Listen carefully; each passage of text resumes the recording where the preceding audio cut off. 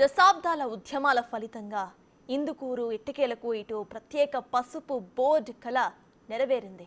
సంబంధిత board chairman పదవి కూడా జిల్లాకు చెందిన వ్యక్తిని వరించింది. కేంద్ర మంత్రి పీయూష్ గోయల్ వర్చువల్ గా జాతీయ పసుపు బోర్డును వర్చువల్ గా ప్రారంభించారు. ఈ సందర్భంగా కేంద్ర మంత్రిని నిజామాబాద్ ఎంపీ ధర్మపురి అరవింద్ పసుపు కొమ్ముల దండతో సత్కరించారు.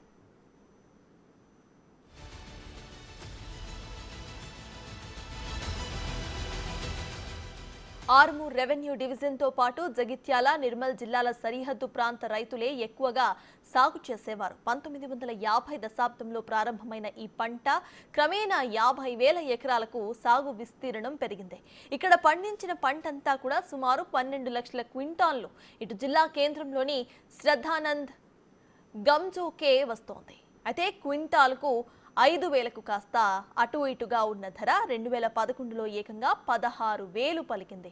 అప్పటి నుంచి సగటున 6,000 వచ్చినా సాగు మాత్రం మానుకోలేదు.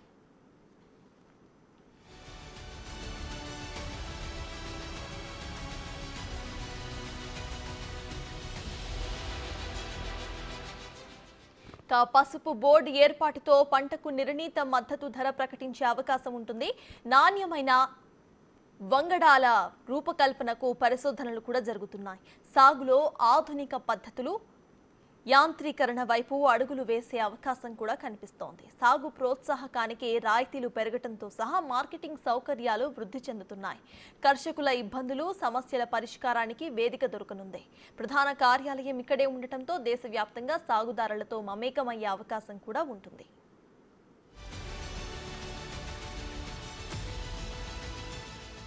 ఆరేళ్ల క్రిందట బీజేపీ అభ్యర్థిగా బరిలో నిలిచిన ధర్మపురి అరవింద్ పసుపు బోర్డు తెస్తానని ఒక బాండ్ పేపర్ రాయించి ఇచ్చారు. ఆ సమయంలో ఉద్యమం ఊపందుకుంది. అయితే పార్లమెంటు పరిధిలోని 176 మంది పసుపు రైతులు నామినేషన్లు వేసి యావత్ దేశం దృష్టిని ఆకర్షించారు.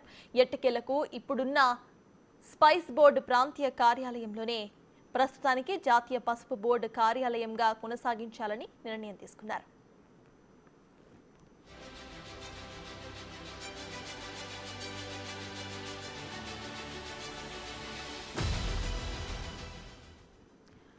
అంకాపూర్కు చెందిన పల్లె గంగారెడ్డికి జాతీయ పసుపు బోర్డు చైర్మన్ బాధ్యతలు అప్పగించారు. తద్వారా విధానపరమైన నిర్ణయాలు తీసుకునేందుకు అవకాశం ఉంటుందని అంచనా వేస్తున్నారు. గతంలో ఉమ్మడి రాష్ట్రంలో ఏపీ సీడ్స్ డైరెక్టర్గా పనిచేసిన అనుభవం కూడా ఆయనకుంది. ఇప్పుడు అదే అనుభవం ఉపయోగపడుతుందని స్థానికులు భావిస్తున్నారు. మరోవైపు తెలంగాణలో పసుపు బోర్డు ఏర్పాటుకు నిర్ణయం తీసుకున్నందుకు ప్రధానికి వ్యవసాయ శాఖ మంత్రి తుమ్మల నాగేశ్వరరావు కృతజ్ఞతలు తెలిపారు. పసుపు బోర్డును నిజామాబాద్లోనే ఏర్పాటు చేయాలని రాష్ట్ర ప్రభుత్వం తరపున 4 దఫాలు ప్రధానికి లేఖలు రాశారని, ఢిల్లీలో కేంద్ర మంత్రులను కలిసి విన్నవించిన విషయాన్ని కూడా ఆయన గుర్తు చేసుకున్నారు. పసుపు బోర్డు ఏర్పాటు చేస్తున్నట్లుగా కేంద్ర ప్రభుత్వం ప్రకటించడం హర్షణీయమని రైతు సంక్షేమ కమిషన్ చైర్మన్ కోదండరెడ్డి అన్నారు. బోర్డు ఏర్పాటుతో పాటు పసుపు అథారిటీ పరిశ్రమలను వెంటనే ఏర్పాటు చేసి స్థానికులకు ఉపాధి కల్పించాలని ఆయన డిమాండ్ చేశారు.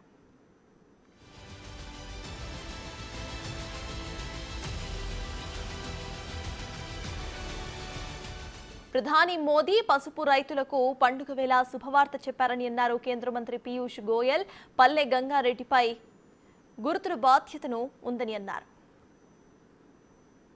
हल्दी किसानों के लिए हल्दी की पूरी वैल्यू चेन प्रोसेसर्स के लिए, निर्यातक एक्सपोर्टर्स के लिए ये फैसला बहुत अहम है. इसकी शुरुआत शुभ दिन पे ही होनी चाहिए.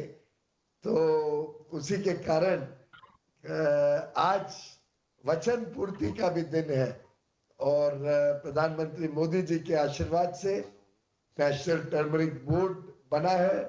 हमारे मित्र पल्ले गंगारेड्डी गारू इसके पहले चेयरमैन बने हैं. बहुत बहुत बधाई आपको. अलग अलग देशों के प्रतिनिधि भी अब इस बोर्ड में जोड़े जाएंगे. निर्यातक जो एक्सपोर्टर्स हैं और जो प्रोड्यूसर्स हैं इनके प्रतिनिधियों को भी इस बोर्ड में जोड़ा जाएगा.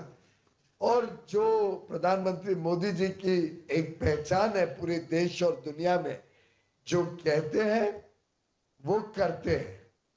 फिर चाहे वो जम्मू कश्मीर में सोनमर्ग टनल हो, चाहे वो देश के अन्य अन्य विभागों में अलग अलग उद्योग के उपक्रम हो, इंफ्रास्ट्रक्चर के प्रोजेक्ट्स हो, निर्यातकों को सहायता देने की बात हो, किसानों के लिए अमूल चूल परिवर्तन करके उनकी आमदनी बढ़ाना, उनके जीवन में अच्छा भविष्य दिलवाना, चाहे स्टार्टअप की दुनिया को प्रोत्साहन देना हो, हर वो विषय जो माननीय प्रधानमंत्री मोदी जी ने अपने कर कमलों